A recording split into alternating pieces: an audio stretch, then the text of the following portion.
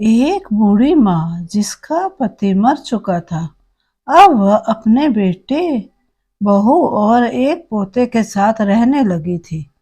परिवार में सुख समृद्धि बहुत थी। किसी भी प्रकार की कोई परेशानी नहीं थी। लेकिन अब बूढ़ी माँ के हाथ पैर बहुत कांपने लगे थे और कोई भी काम ठीक ढंग से नहीं कर पाती थी। उनके घर में शाम को खाना सब मिलकर खाते थे। बूढ़ी माँ का बेटा शाम को ऑफिस से घर आया तो उसे भूख बहुत तेज लगी थी।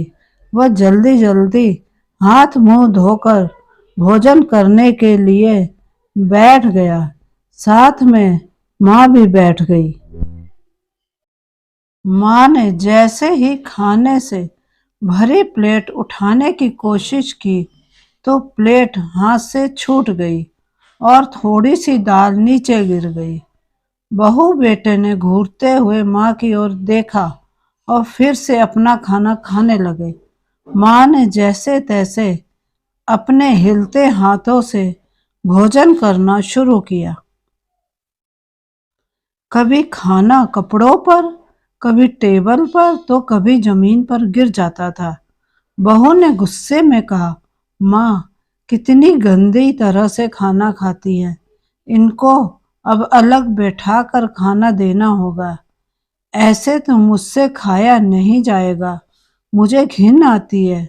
तो उसके पति ने भी सिर हिलाकर हाँ कहा। छोटा बच्चा सब देख रहा था कि किस तरह मम्मी पापा दादी के बारे में क्या क्या बोलते हैं। बहू ने अब माँ का खाना एक कोने में लगवाना शुरू कर दिया। यह सब देख माँ को बहुत दुख होता। वह रोते रोते कपकपाते हाथों से अकेले ही भोजन करती थी। एक दिन भोजन करते करते उसे वह समय याद आ रहा था जब वह अपने इसी बेटे को गोद में बिठाकर बड़े ही प्यार से भोजन कराया करती थी। वह बेटा भी अपना खाना मेरे कपड़ों पर गिराया करता था, मेरे कपड़ों को गंदा करता था, पेशाब करता था। लेकिन मैंने कभी भी उसे खाना खिलाना बंद नहीं किया, ना ही मुझे कभी घिन आई।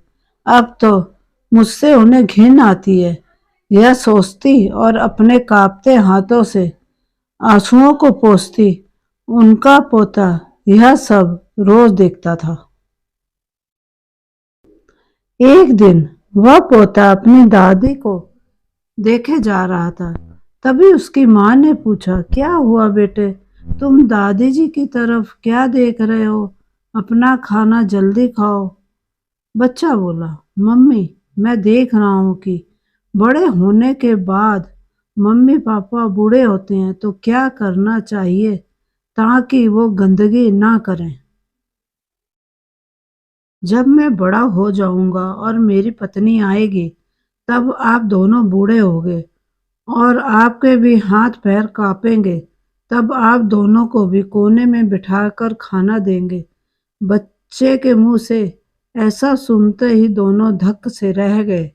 उस बच्चे की बात उनके मन में बैठ गई थी क्योंकि बच्चे ने नादानी में ही सही अपने माँ बाप को एक बड़ी सीख दे दी थी।